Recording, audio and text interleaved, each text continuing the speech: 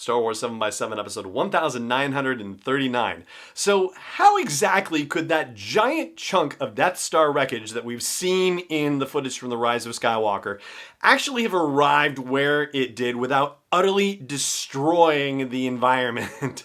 We're going to talk about that with a physics professor. Yes, Patrick Johnson, author of The Physics of Star Wars, is back to consider the possibilities. Punch it.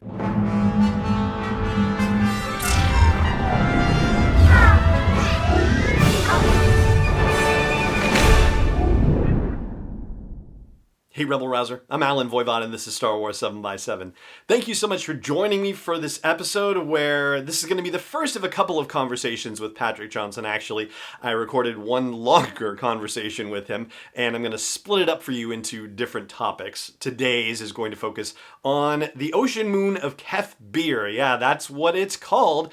And that giant chunk of Death Star wreckage that has appeared there somehow without utterly destroying the moon. How is this possible? And if anyone's going to have an answer for us before we actually watch the movie, it's potentially Patrick Johnson, PhD. Here is his official bio. He is an assistant teaching professor at Georgetown University.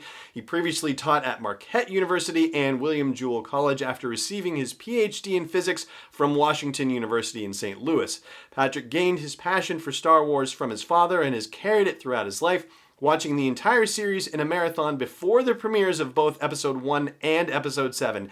And shucks, I forgot to ask him if he was planning on doing the marathon that's coming up too, so I'll ping him about that and we'll find out. But as for today's episode, yes, Patrick is going to speculate as to how it's possible that this giant chunk of Death Star wreckage could have arrived on the ocean moon of Kef Bir without utterly wiping it out. And who's to say that life on the planet wasn't wiped out? That's a part of the discussion. Additionally, we're also going to talk about the asteroid that hit Earth and wiped out the dinosaurs and compare that to the impact of a Death Star hitting this particular moon. And we'll also consider the uniformity of Imperial design as well as the possibility that this is not Death Star 1 or Death Star 2, but that it could even be a third Death Star that nobody knew about. So without further ado, we're going to get into the interview with Patrick Johnson, PhD, physics professor at Georgetown University. Actually, I'm going to take a quick little break and then we'll come back with the interview. And the interview will, stop as our discussion of Kef Bir stops. So I'm going to say right now, thank you so much for joining me for the episode and may the Force be with you wherever in the world you may be. Now stay tuned right after the break. My first conversation of a few new ones with Patrick Johnson of The Physics of Star Wars. Hey Rebel Rouser, I've made some changes to the asteroid belt level at patreon.com/SW7X7 and they are all with sponsors in mind. So if you want to get the word out about your business, your product, your service to a dedicated Star Wars audience, then please check out patreon.com/SW7X7 and look for the asteroid belt level for details. Again, that's patreon.com/SW7X7. Patrick, thank you so much for coming back on Star Wars 7 by 7. How are you? I'm great. Thanks for having me on, Alan. It's been an exciting time with the new trailer coming out. It's getting me really excited for, I guess, 2 months away now, pretty much. So, yeah, I'm very excited for the new film. Excellent. And so, just out of curiosity, one of the things that I wanted to ask you about is, of course, the giant piece of Death Star wreckage that we see in the footage from the Rise of Skywalker. Our first glimpse of that came back in April when they released that teaser. Can you think back to your initial reaction, not even your professional reaction, but just your personal reaction? Yeah. So, my personal reaction was very much like the first images of the Death Star when you first see it in Episode 4, A New Hope.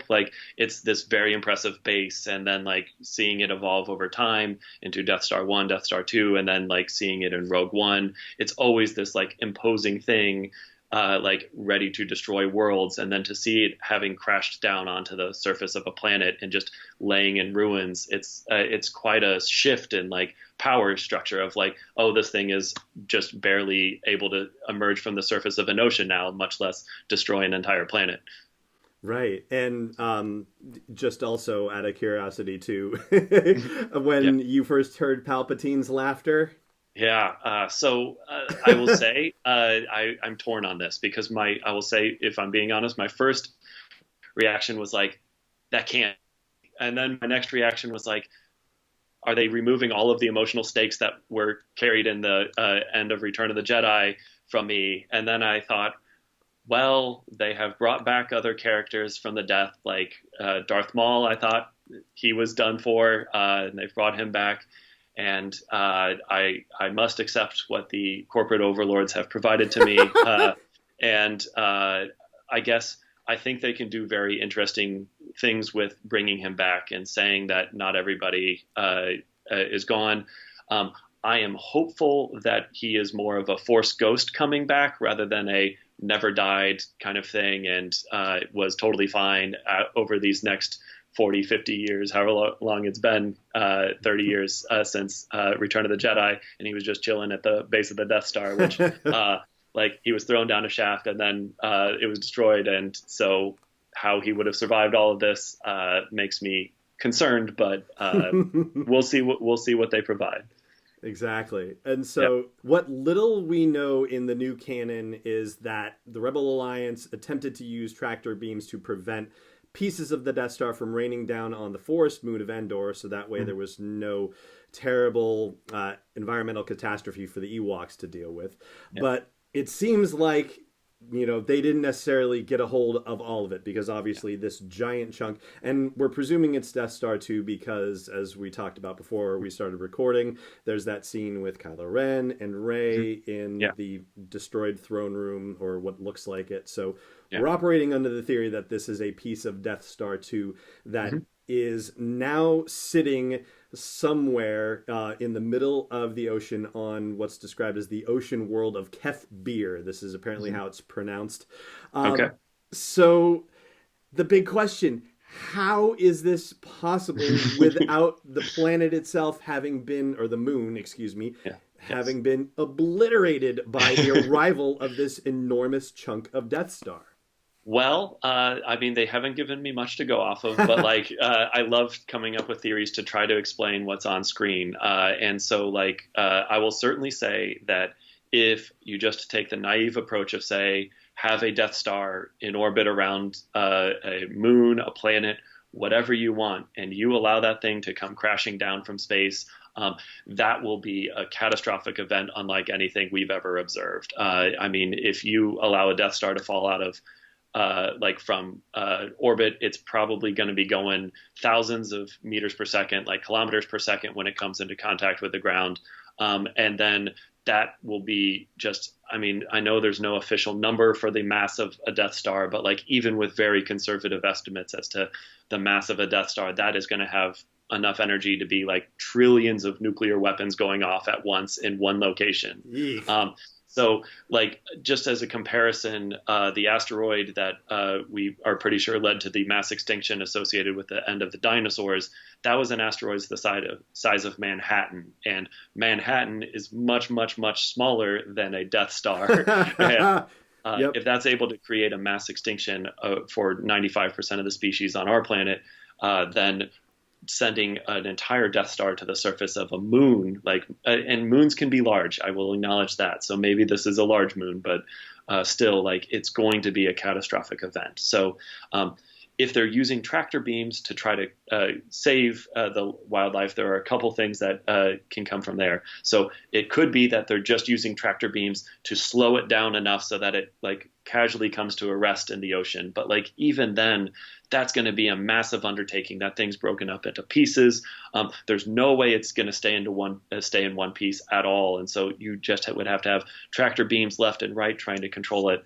And pieces are going to come raining down as they come into the atmosphere. Even slowed down, there's going to be a lot of air resistance, heating up the air, which will lead to just the overall atmospheric temperature increasing quite a bit. I know when the asteroid that destroyed the dinosaurs hit, we think that the surface of the Earth reached essentially the temperature of a pizza oven, like 500 degrees Fahrenheit, around the world, just from the heating of this impact. And so, like, even if it lands in an ocean, which like there are other catastrophic things to talk about, it's not going to save us from the temperature increases there. But like hitting the ocean, you're going to have to then worry about a tidal wave, like a tidal wave beyond anything else. You might even create additional inland lakes by launching water over a mountain into the other side with how big this is going to be. So the largest like impact that we have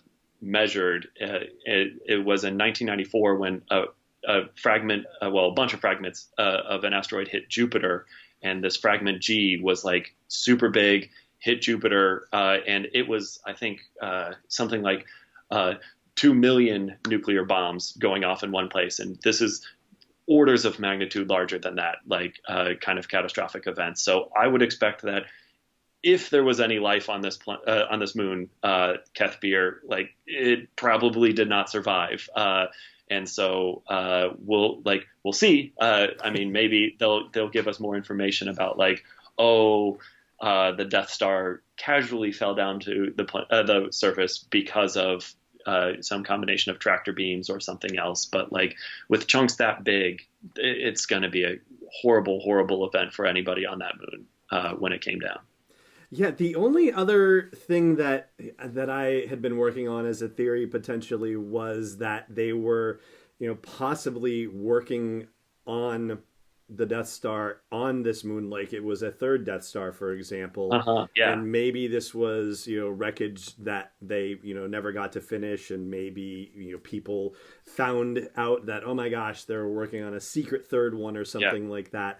And but even then, how would you get it into the ocean, and why would it even be in the ocean in the first place? So I really like kind of, when you were describing this, I almost said the phrase like ancient archaeology version of the Death Star kind of thing, which is probably not that ancient, but the idea that this is maybe a third Death Star that was being constructed on the surface of this planet, and like certainly you wouldn't want to construct it in the ocean. That would not be a good decision. But if they had been constructing it on perhaps a floating platform, or maybe they were constructing it somewhere, and then the climate of the planet or the moon shifted quite a bit, and then like an area that used to just be low-lying ground due to sea level rise is now a flooded plain kind of thing. Or perhaps they sucked so much energy out of the planet in creating, the moon in creating this third Death Star, that it radically shifted the way that the climate worked, and led to this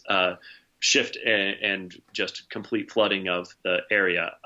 That would be a way to create a significantly less catastrophic event for the moon and still have our wreckage of the Death Star. But I will say that does very much look like a Return of the Jedi kind of throne room wreckage there. So it seems pretty likely that it's Death Star 2. But also, if I'm the emperor of a galaxy creating these massive weapons, I want a throne room in all of my Death Stars. So perhaps it could just be that he had one in every Death Star. And so we're seeing something that looks similar, but due to galactic efficiency, they're designing all of them exactly the same way. So.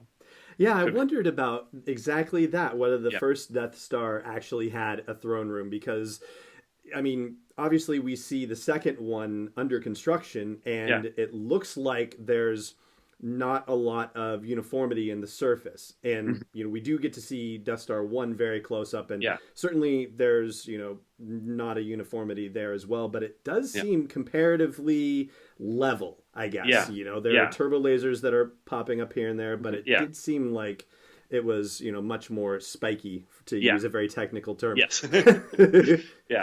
And like, I always kind of thought like, it's just under construction and they'll smooth it out in the end. And like, as you described, the first one looked very smooth from far away. And as you get closer, you can see the topology, and there are the like valleys and canyons that you can fly X-Wing through, et cetera. And certainly the turbo cannons that are popping up, et cetera. But like from a distance, it looked very, very smooth. But like, I know this is possibly a very small thing to cite to indicate that there would be a throne room in every one, but like R2-D2 has basically a universal adapter that can communicate with any galactic computer.